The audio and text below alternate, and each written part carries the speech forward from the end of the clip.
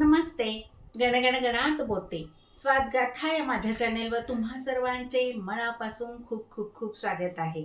चला तर मी आज तुम्हाला बनवून दाखवणार आहे खुसखुशीत अशी मेथी पुरी. टी टाइम स्नॅक्स आहे. बनवायला पण अगदी सोपी आहे आणि साहित्य पण अगदी थोडकं लागतं आहे. तर तुम्ही सुद्धा इझिली बनवू शकाल आणि याचा आनंद घेऊ शकाल. तर हे पाहण्यासाठी व्हिडिओ स्किप न करता पूर्ण पहा आणि लवकरात लवकर माझ्या चॅनेलला लाईक करा, शेअर करा आणि सबस्क्राईब करायला विसरू नका आणि बेल आयकॉनवर सुद्धा क्लिक करा, म्हणजे इथून पुढच्या सर्व रेसिपींचे नोटिफिकेशन्स तुम्हाला येत राहतील. चला तर आता मेथीपुरीसाठी काय काय साहित्य लागतंय ते आपण पहिल्यांदा पाहूया. मैदा अर्धा किलो घ्यायचा आहे आणि तो आपण चाळून घेणार आहोत.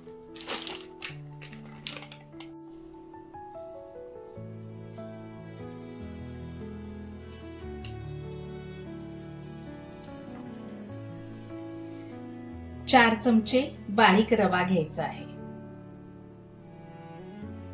2 3 4 एवढा चमचा आहे आणि 2 चमचे बेसन.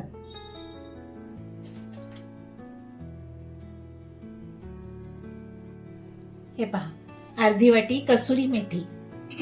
आपण मेथी स्टिक्स बनवतोय ना, म्हणून हे कसुरी मेथी घेतली आहे मी अर्धी वाटी.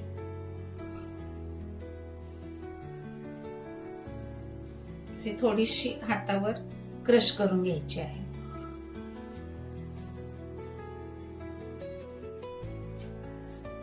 आणि हे पहा, 1 चमचाभर ओवा घेतला आहे. तो असा हातावर घ्यायचा आणि असा क्रश करायचा आणि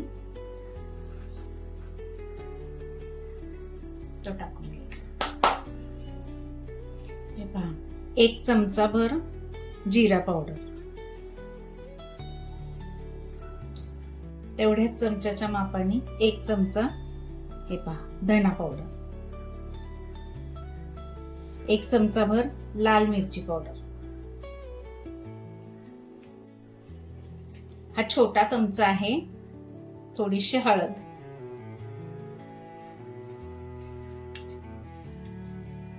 हे पहा हिंग आणि स्वादानुसार मीठ. तर मी हा 1 चमचाभर घेत आहे. आणि या मेथी स्टिक्सना खुसखुशीतपणा येण्यासाठी 1 चमचाभर ही बेकिंग पावडर घ्यायची आहे.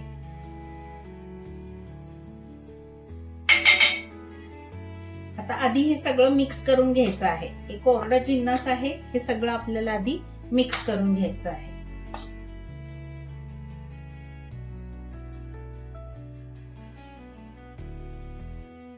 एक वाटीभर तेल, अर्धा किलो मैद्याला 1 वाटी तेल मोहन म्हणून घालायचं आहे. थंड तेलच घालायचं आहे, गरम नाही करायचंय. तर मी हे सगळं घालून घेते. आधी मी एवढं घालते, पाहते सगळं हे करून मिक्स करून. जर या पिठाचा मुटका होत असेल तर मग तेवढं सफिशियंट आहे. जर मुटका होत नसेल तर तुम्हाला आणखी थोडंसं तेल ऍड करावं लागेल. हे पहा, हे हाताने सगळ्या मैद्याला इथून तिथून पूर्ण ह्या पिठाला ना चोळून घ्यायचं आहे. हे पहा, माझं सगळीकडे लावून झालं आहे. आणि एका वाटीतलं हे पहा 1 ते 1.5 चमचा तेल उरलं आहे. मला याची गरज नाही वाटत आहे, कारण असं दाबून पाहिलं ना तर याचा मुटका होतोय. हे पहा, आता हे आपल्याला पाणी टाकून थोडं थोडं पाणी टाकून तिंबून घ्यायचं आहे. पातळ गोळा नाही झाला पाहिजे आपला आणि जास्त असा घट्टही नकोय, मीडियम हवाय आपल्याला. थोडं थोडं पाणी घालत तिंबायचं आहे, एकदम पाणी टाकू नका. हे पहा, माझा हा तिंबून झाला आहे गोळा. आता ना याला 15 मिनिटाकरता आपल्याला सेट करायला ठेवायचंय, भिजू द्यायचंय पीठ. मग अशी आपलं तेल उरलं होतं ना वाटीत, ते थोडंसं घ्यायचं आणि सगळीकडे असं लावून ठेवायचं.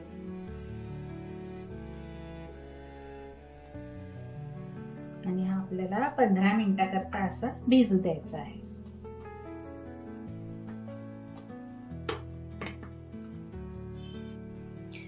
हे पीठ भिजत आहे तोपर्यंत ना आपण काय करूया, मीठ आणि साखर, हे पहा 1 चमचाभर मीठ आणि 1 चमचा साखर, हे असं पण मिक्सरला बारीक करून घेऊया.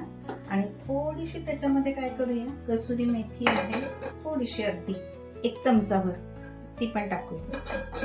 म्हणजे स्टिक्स तळून झाल्या की त्याच्यावर भुरभुरण्यासाठी करायचं आहे. हे पहा मिक्सरला असं बारीक वाटून घेतलं, म्हणजे ते आपल्या तळून झाल्या स्टिक्स की त्याच्यावर भुरभुरायचं. आणि थोडेसे आपल्याला तीळ लागणार आहेत. हे पहा 15 मिनिटं झालेली आहेत. आपलं हे पीठ छान भिजलेलं आहे. आता ना याला थोडंसं तिंबून घ्यायचं, परत असा मऊ करून घ्यायचा गोळा. हे आपल्याला थोडासा मोठाच घ्यायचा आहे गोळा, कारण आपल्याला जाड करायचे आहेत ना. आता आपल्याला हे लाटून घ्यायचं आहे. हे पहा जाड सरशी पोळी मी लाटून घेतलेली आहे. आता ही आपण कट करूया. फिरकीचा चमचा आहे त्याने कट करते आहे, म्हणजे डिझाईन पण छान येईल त्याला. स्टिक्स हवेत म्हणून हे बोटाचा आपला साईज आहे ना तेवढ्या आकाराचे पट्ट्या कापून घ्यायचे. काय करायचंय, थोड्याशा जाडच ठेवा, म्हणजे त्याचा जो खुसखुशीतपणा आहे ना तो आपल्याला तिथे जाईल. आणि स्टिक्स हवेत आपल्याला, म्हणजे बोटभर लांबीचे असे आपल्याला करायचे.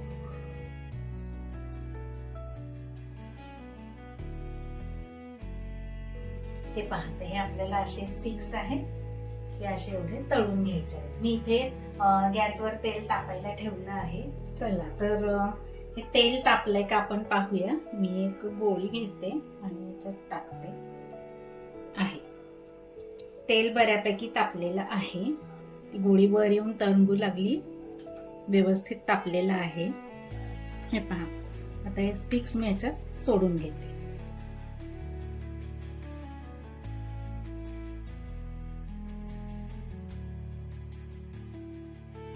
गॅसची फ्लेम मंदच ठेवायची आहे.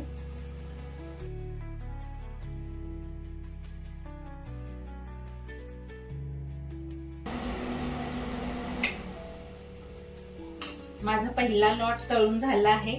सुरुवातीचाच पहिला लॉट होता म्हणून मी घालताना कमी घातले होते. छान मस्त फुलले आहेत, पहा कसे फुगून आले. आता काय करायचं, हे गरम गरमच घ्यायचंय, ताटात काढून घ्यायचंय. खूप सुंदर झालेत. आणि याच्यावर आपला तो मसाला केला होता ना आपण, मीठ आणि साखरेचा, तो हा मसाला याच्यावर भुरभुरून घ्यायचा आहे.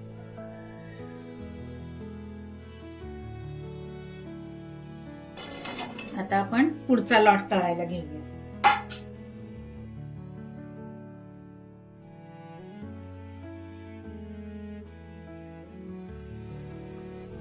एकदम सगळे टाकतोय आपण, तेलाचं टेम्परेचर कमी होऊ शकतं, म्हणून काय करायचं, थोडासा गॅस सुरुवातीला वाढवायचा आणि मग सगळे एकदा टाकून झाले की मग गॅसची फ्लेम बारीक करायची. हे पहा एवढी जाड पोळी आहे. आता याच्यावर ना आपल्याला काय करायचं आहे, असे तीळ भुरभुरून घ्यायचे आहेत. दिसायलाही छान दिसतात आणि दाताखाली आले तर छान लागतात, चव छान येते. आणि परत लाटणं फिरवायचं. जाड असल्यामुळे की तळायला थोडासा वेळ लागतो. कुठलीही चांगली गोष्ट व्हायची असेल तर त्याला थोडेसे एफर्ट्स घ्यावेच लागतील. हे पहा दुसरा लॉट आहे मी काढून घेतला आहे. आता आपण गरम असतानाच याच्यावर हा मसाला जो केलेला मिक्सरमध्ये तो भुरभुरून घेऊ.